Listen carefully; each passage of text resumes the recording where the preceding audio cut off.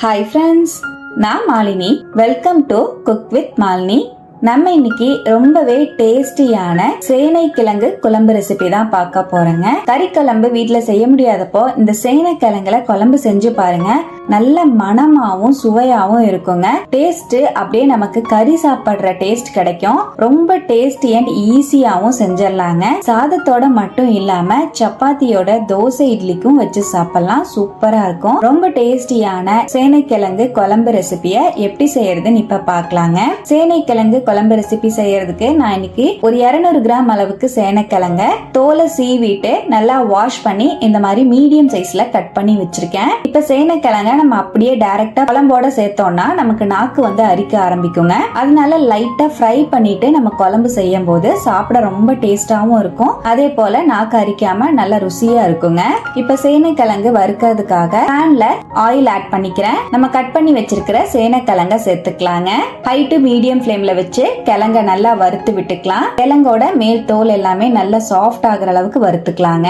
பாருங்க, கிழங்கு நல்லா ஃப்ரை ஆயிடுச்சு. உங்களுக்கு பார்க்கும் போதே தெரியும். இப்ப நான் இந்த அளவுக்கு சேனைக்கிழங்க வறுத்துட்டு இதை அப்படியே நான் வெளியே எடுத்துறேன்.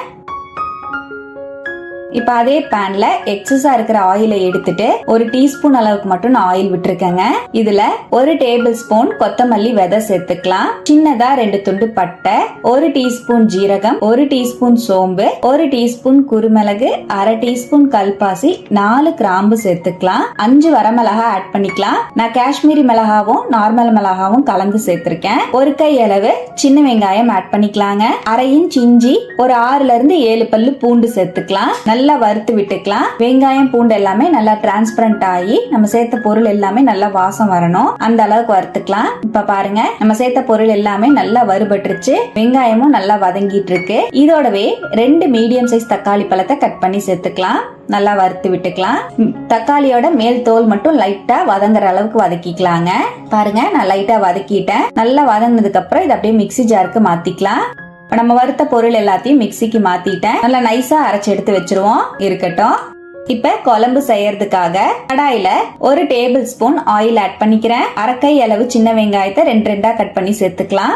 சின்ன வெங்காயத்துக்கு பதிலா நீங்க பெரிய வெங்காயமா ஆட் பண்ணிக்கலாம். ஒரு கொத்து கருவேப்பிலை சேர்த்துக்கலாம். நல்லா வதக்கிக்கலாங்க. வெங்காயம் நல்லா டிரான்ஸ்பரண்ட் ஆகிற அளவுக்கு வதக்கி விடுங்க. இதோடவே நம்ம அரைச்சு வச்சிருக்கிற பேஸ்ட் ஆட் பண்ணிக்கலாம். மீடியம் ஃபிளேம்ல வச்சு நல்லா கலந்து விட்டுறலாம். இதோட வறுத்து வச்சிருக்கிற சேனைக்கிழங்க சேர்த்துக்கலாங்க. 1 டீஸ்பூன் உப்பு ஆட் பண்ணிக்கலாம். 1/2 டீஸ்பூன் மஞ்சள் பொடி சேர்த்துக்கலாம். நல்லா கலந்து விட்டுறலாம். இப்ப சேனைக்கிழங்கோட மசாலையும் சேர்த்து நல்லா கலந்துட்டேன். ஒரு 2 செகண்ட் நல்லா மீடியம் ஃபிளேம்ல வச்சு கலந்து விட்டுட்டு இதோட மிக்ஸி ஜார் அலசி 1/2 கப் அளவு தண்ணி சேர்த்துக்கலாங்க. குழம்போட திக்னஸ் உங்க கன்சிஸ்டன்சிக்கு தகுந்த மாதிரி நீங்க ரெடி பண்ணிக்கோங்க. இப்ப நல்லா மிக்ஸ் பண்ணி விட்டுட்டு மீடியம் ஃபிளேம்லயே ஒரு 5ல இருந்து 7 நிமிஷம் அப்படியே குழம்ப விட்டுறலாம். மூடி வச்சிடுறேன். பாருங்க, நான் இடையில ஒரு 2 வாட்டி ஓபன் பண்ணி கலந்து விட்டேன். 7 நிமிஷம் பக்கமாவே குழம்பு நல்லா கொதிச்சிட்டு இருக்கு. நல்லா கலந்து விட்டுக்கலாம். அவ்வளவுதான், நம்மளோட டேஸ்டியான சேனைக்கிழங்கு குழம்பு கறி குழம்பு சுவையில சூப்பரா ரெடி ஆயிடுச்சுங்க. சாப்பிட்றதுக்கு டேஸ்ட் அருமையா இருக்கும். சாதத்தோடையும் சப்பாத்தியோடையும் இட்லி தோசையோடையும் வச்சு சாப்பிடலாம். சூப்பரா இருக்கும். சேனைக்கிழங்கெல்லாம் பாருங்க, ரொம்பவே சாஃப்டா நமக்கு வெந்து வந்திருக்கு. சாப்பிட்றதுக்கு நல்ல சாஃப்டாவும் இருக்கும், டேஸ்டாவும் இருக்குங்க. கண்டிப்பா இதே போல டேஸ்டியான இந்த சேனைக்கிழங்கு குழம்பை நீங்களும் ட்ரை பண்ணுங்க. ட்ரை பண்ணி பார்த்துட்டு எப்படி வந்ததுன்னு கமெண்ட்ல மறக்காம என் கூட ஷேர் பண்ணுங்க. நம்ம சேனலுக்கு இப்பதான் ஃபர்ஸ்ட் டைமா வந்திருக்கீங்கன்னா சப்ஸ்கிரைப் பண்ணி பக்கத்துல இருக்கிற பெல் ஐகானையும் பிரஸ் பண்ணுங்க. லைக் பண்ணுங்க. ஃப்ரெண்ட்ஸ் அண்ட் ஃபேமிலியோட ஷேர் பண்ண மறக்காதீங்க ஃப்ரெண்ட்ஸ். தேங்க்யூ.